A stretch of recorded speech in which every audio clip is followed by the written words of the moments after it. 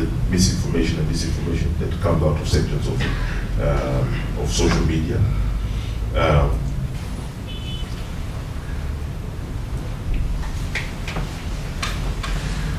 So while saying that, while traditional media has lost its agency,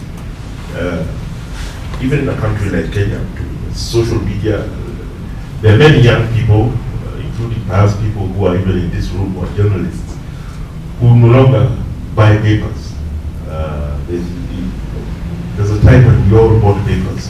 When you look at the circulation statistics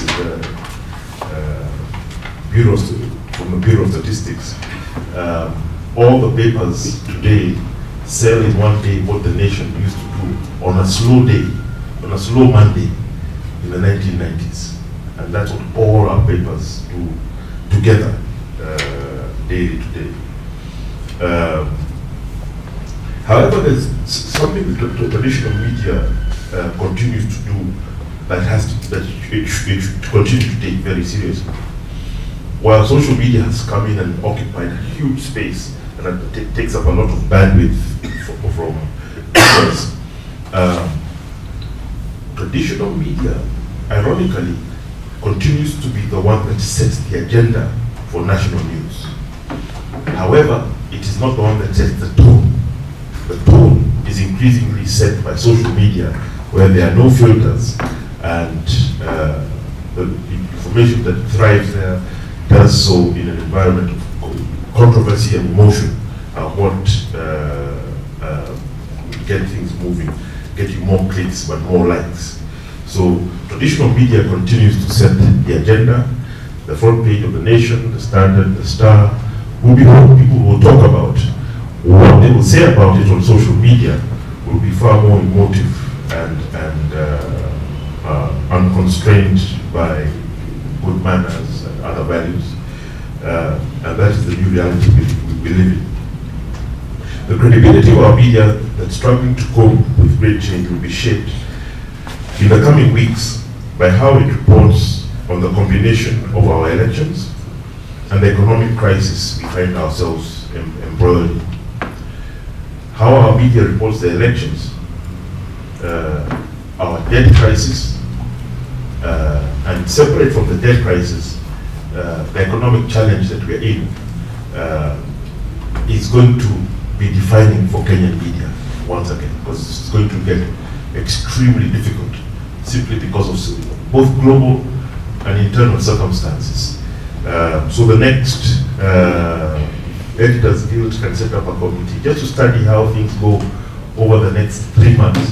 I think it will be a very important lesson, because it's going to be very difficult for Kenyans as a whole, and in the middle of those economic difficulties, we have a major election, which, Kenyan elections are always exciting and fraught affairs. People's trust in media may have declined, but media is still absolutely essential for democracy.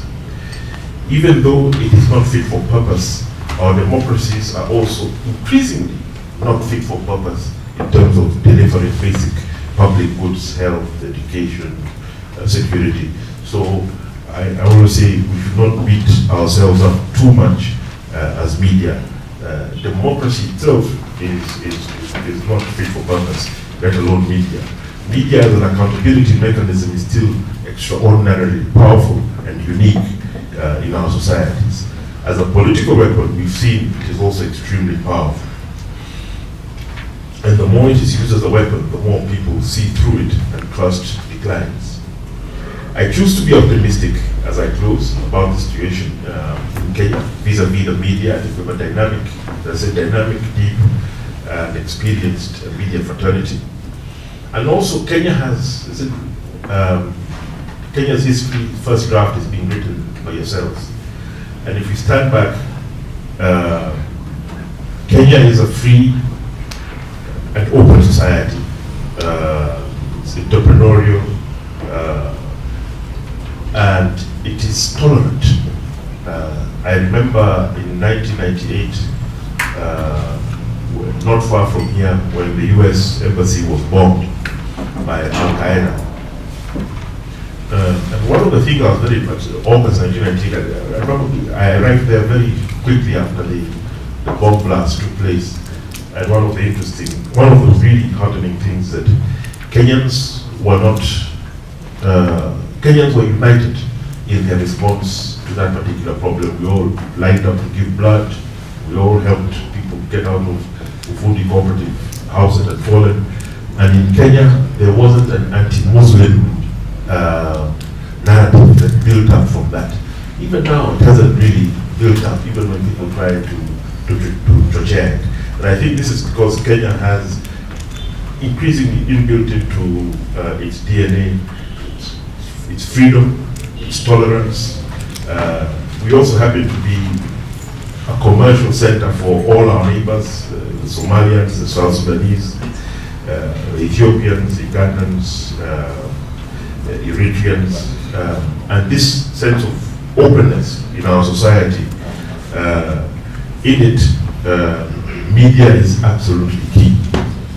It's part of the reason all these other people come through here with their money and making Nairobi and Kenya a colorful, exciting, dynamic place. It's noisy, it's messy, it's corrupt, yes, but it is generally an open place. It's a diplomatic headquarters for the entire region. It is also now the headquarters for the services sector. If you want to do any complicated transaction in insurance, in banking, in media, you come to Kenya. And this strength of our openness and freedom is guaranteed by the vigilance of groups like yourself, the Editors Guild. The fact that you exist, the fact that you remember those who have come before you, who have helped build what we have. And so I salute the Editors Guild for launching this memorial lecture, and say that I feel positive that if we remain vigilant, then we are a pillar of our freedoms and our democracy in this part of the world. As a Penny